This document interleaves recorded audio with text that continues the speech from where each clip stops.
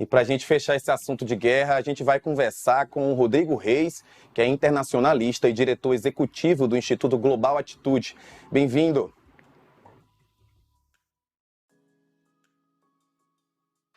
Está nos escutando? A gente não está te escutando. Fala que tem algum probleminha no áudio. Ah, agora sim, tá tudo certo. Boa tarde. Querido, eu já começo te perguntando, você viu agora esse relato, né? Muito pesado, e a gente deu hoje aqui no Metrópolis e quero saber a tua opinião. Realmente a guerra está longe de acabar?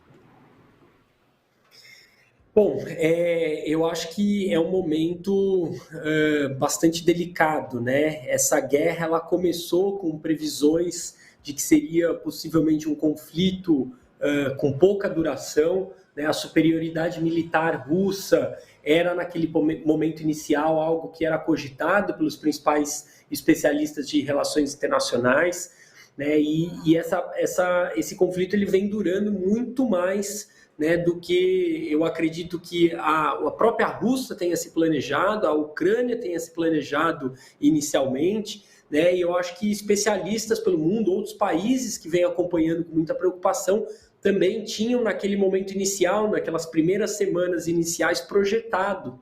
Né? Então é muito difícil dizer, né, o qual e quanto tempo isso pode efetivamente durar, mas é um patamar aí de quase um ano realmente, né, aguardando e acompanhando esse sofrimento não só humano, né, mas a própria condição econômica, a própria realidade, né, do sistema internacional, do mundo, que vê, né, se uma mudança muito clara, hegemônica, né, nesse sentido do que vem acontecendo com o conflito. E hoje o presidente da Ucrânia, o Zelensky, né, ele publicou um vídeo e diz um trecho que fala assim: somos fortes e estamos preparados para qualquer coisa. Como você avalia essa situação da Ucrânia um ano depois, principalmente agora que está acontecendo tantos países apresentando essas ajudas, né, para a Ucrânia, para o exército ucraniano? Acho que a gente deu uma travadinha na nossa imagem. Sabe como é a internet? Gente, repito, estamos falando ao vivo, então pode acontecer esses probleminhas.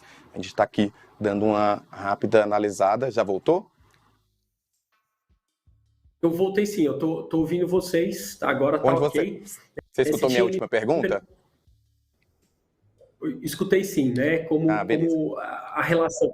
Eu acho que é um momento, mais uma vez, né? Eu repito, é um momento delicado em termos desse conflito. Ele está se tornando e está começando, né? Acho que a gente vê com o passar do tempo esse maior apoio que existe, né? O maior comprometimento, vamos colocar assim, de outras nações com o conflito. Né? Então esse é um conflito que vem se estendendo, vem se arrastando e vem trazendo outros países, né, junto com os diferentes lados aí, ou do lado russo ou do lado ucraniano.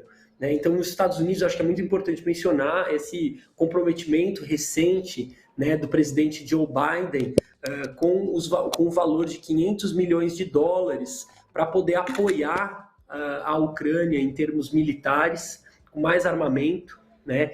Você viu países, e a gente noticiou países, né, da própria OTAN se engajando, começando, né, a Europa muito forte em termos de agora apoiar. Você vê a Alemanha fazendo movimentos muito fortes em termos de apoio bélico, mais uma vez, né? E aí no outro oposto você vê países que são países de certa maneira ou neutros ou que apoiam, né, o lado russo do conflito.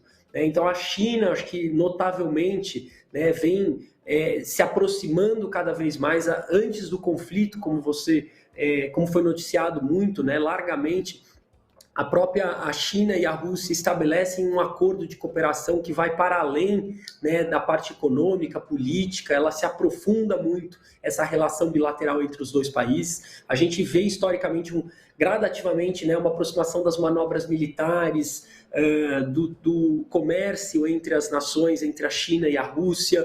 Você vê a Índia se isentando de se posicionar contra o conflito. Então, assim, você vê uma movimentação e atores, né, no cenário internacional se alinhando, né?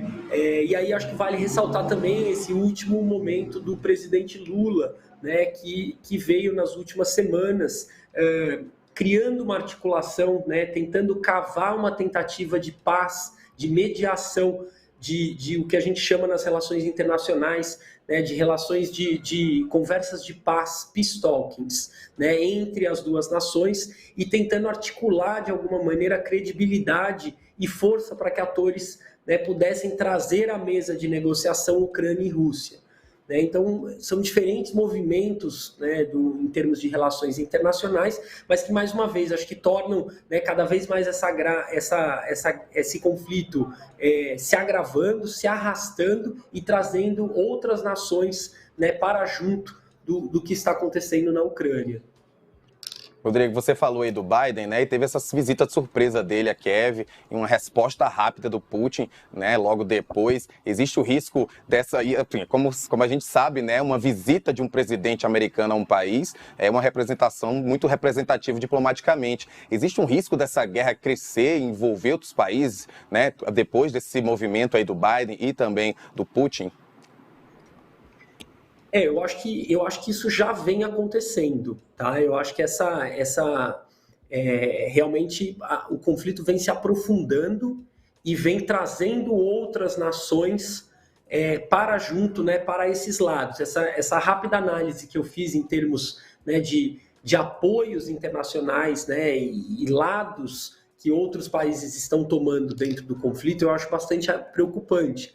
É algo que se agrava, e mais uma vez, esse é um conflito que eu acredito que boa parte dos especialistas não esperava ou não projetava que efetivamente ele iria durar tanto, né? Então a gente tem um aprofundamento da crise econômica, a gente tem um aprofundamento da crise humana, a gente tem um aprofundamento do conflito militar, né, com outros armamentos, com armamentos mais modernos, que são fornecidos para a Ucrânia. A Rússia, obviamente, tem um potencial bélico considerável.